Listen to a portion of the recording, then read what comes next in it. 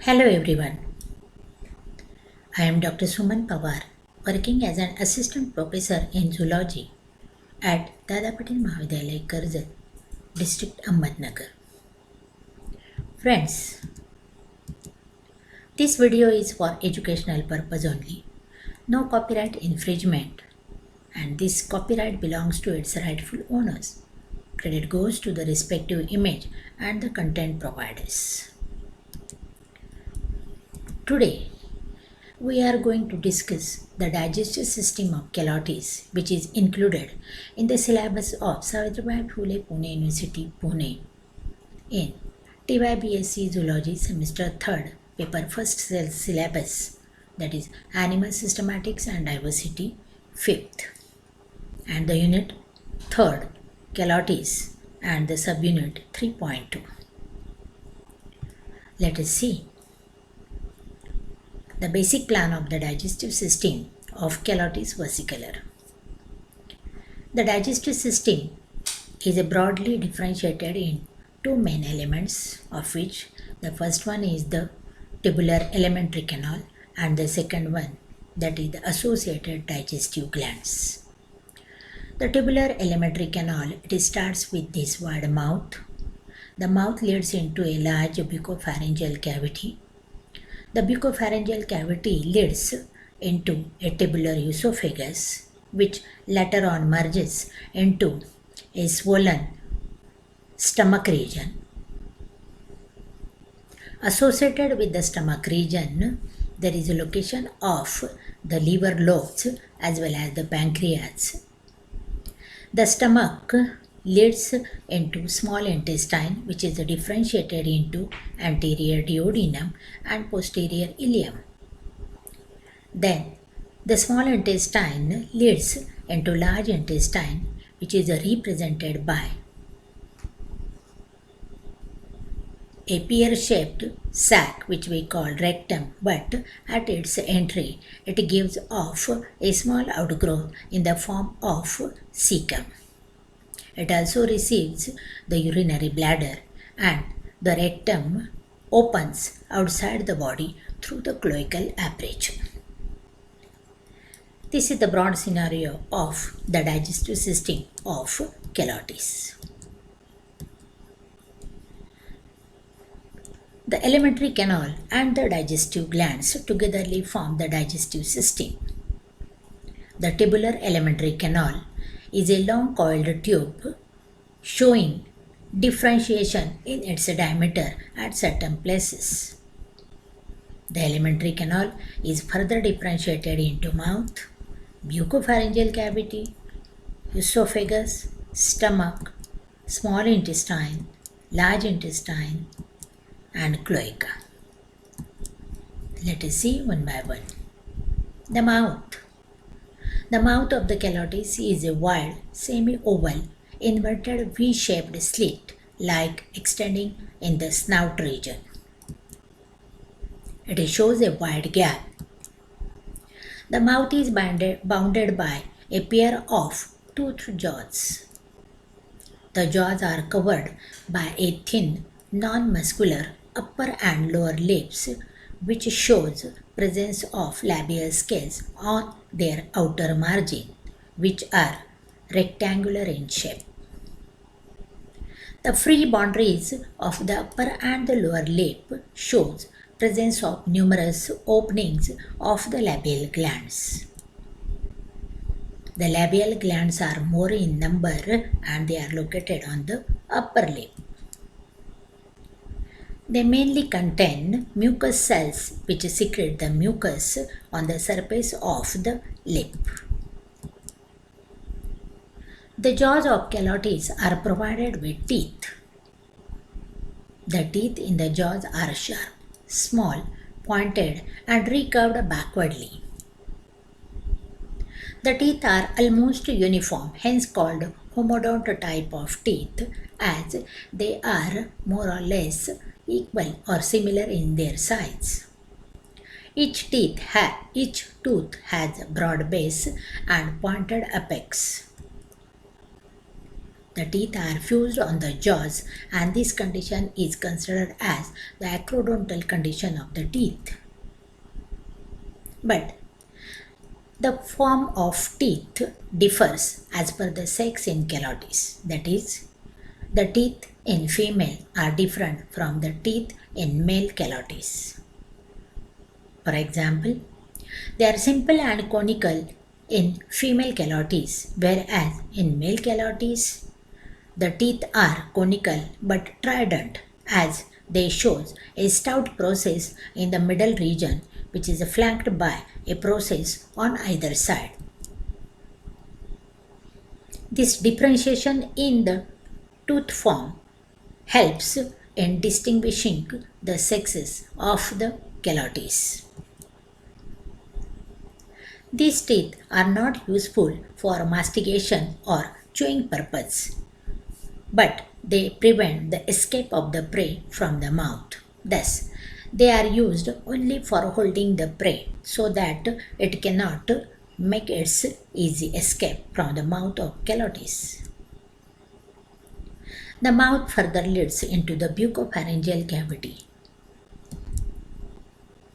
The bucopharyngeal cavity is a large dorsoventrally compressed cavity which is bounded by the skull from the upper side and throat from the lower side, and it encloses a median muscular tongue. The tongue is protrusible, means can come out of the mouth, and the tip of the tongue is slightly bifurcated, that is slightly divided. The tongue bears fine papillae containing taste buds, and anteriorly the palate shows two slit-like internal layers. Palate, that is the roof of the buccal cavity.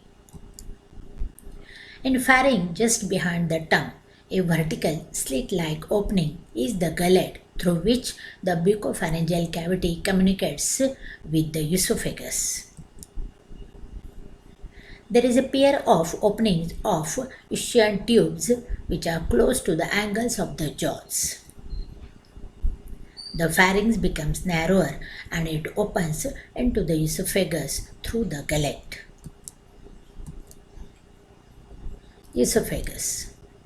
The pharynx leads into a tubular esophagus, which is a straight narrow tube, internally shows number of longitudinal folds and extends through the neck and passes into the stomach. It serves for passing or passage of the food from bucopharyngeal cavity into the stomach. The stomach is a thick-walled, swollen tubular sac which is located on the left side of the body cavity. The stomach is wider than the esophagus, and it is divisible into three regions, that is anterior cardiac, middle fundic, and posterior pyloric region. The pyloric stomach further opens into the duodenum, that is anterior part of the small intestine. A slight constriction at the end of the pyloric stomach marks the sphincter muscle, which is called pyloric wall. The inner lining of the wall of stomach gives off longitudinal folds called rugae. The small intestine. It is a long, thin-walled, narrow tube which arises anteriorly from the pyloric stomach. This coiled structure is further differentiated into anterior duodenum and the posterior ileum. The duodenum receives the bile and the pancreatic ducts. The ileum is the longest coiled part of the alimentary canal and leads into the large intestine. The large intestine, it is a relatively short but straight tube, and it shows a small biled finger-like outgrowth called celiac cecum. It leads into cloaca through a sphinctered aperture. The cloaca. The cloaca is a small tubular terminal chamber in which rectum and the urinogenital system opens. The cloacal sac is further differentiated internally into three parts, that is, the anterior coprodium, which receives the rectum anteriorly. Means this region receives the fecal matter or the undigested residue from the rectum. The middle uridium, which receives the urinogenital ducts carrying the excretory products, and the posterior proctodium, which opens out by the cloacal aperture. The cloacal aperture. The cloacal aperture or cloacal opening is a transverse slit which is located on the ventral side at the junction of trunk and the tail. The second element of the digestive system are the associated digestive glands. In Calotes, the digestive glands are the gastric glands, which are located in the mucosal lining of the stomach, liver, pancreas, and the intestinal glands. First of all, gastric glands. The gastric glands are microscopic, simple or branch tubular glands which lies or which are located in the mucous membrane of the stomach. Depending upon their location, they are called cardiac gastric glands as they are located in the cardiac stomach region, fundic gastric glands, and the pyloric glands which are located in the region of pyloric stomach. These glands arise from the gastric pits, and these glands secrete the gastric juice into the stomach. The second digestive gland is the liver. It is the large brownish bilobed digestive gland which is present behind the heart and in between the lungs. It is attached to the mental body wall and the pericardium by the ligaments, while it is joined to the stomach by mesenterial connections. The liver is divisible into two lobes, namely the right and the left lobe. The right lobe extends dorsally up to the right gonad. A greenish sac-like gallbladder is embedded in the right lobe of liver. There are two main bile ducts which opens independently into the duodenum. A small cystic duct starting from the gallbladder joins the bile duct from the right lobe. The bile ducts carry the bile which get temporarily stored within the gallbladder, while the bile juice is produced in the liver cells. The next digestive gland, pancreas. It is an elongated ribbon-like compact gland which is located very close to the pyloric stomach and the duodenum, and it is situated in between the loop which is formed by the pyloric stomach and the duodenum. Several fine ducts originates from the pancreas and finally joins together to form a single pancreatic duct which opens into the duodenum. It carries the pancreatic juice from the pancreas. The secretion of the pancreas is called pancreatic juice, which is alkaline in nature and it contains several digestive enzymes. These enzymes are trypsin, amylopsin, and lipase. The trypsin. Histologically, the pancreas is a compound tubular alveolar gland which shows exocrine as well as the endocrine regions. Its exocrine part secretes pancreatic juice, while its endocrine part secretes hormones which regulates the blood sugar level. The intestinal glands. These glands are present in the mucosa of small intestine. Mucosa, it is the innermost layer of the small intestine. These glands secretes the intestinal juice in the lumen or in the cavity of the small intestine. Now, food feeding and digestion in Calotes.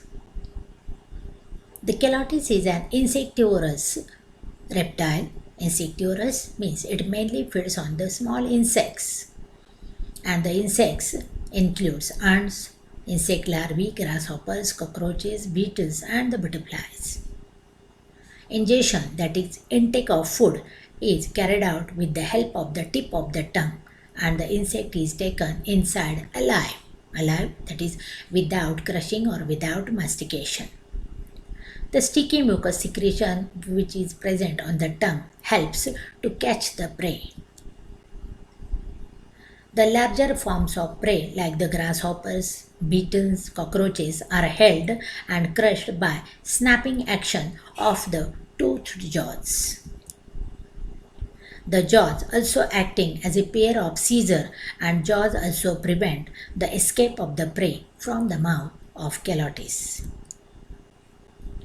There is no mastication, that is, there is no crushing mechanism of the food, hence the captured food is immediately swallowed up wholly.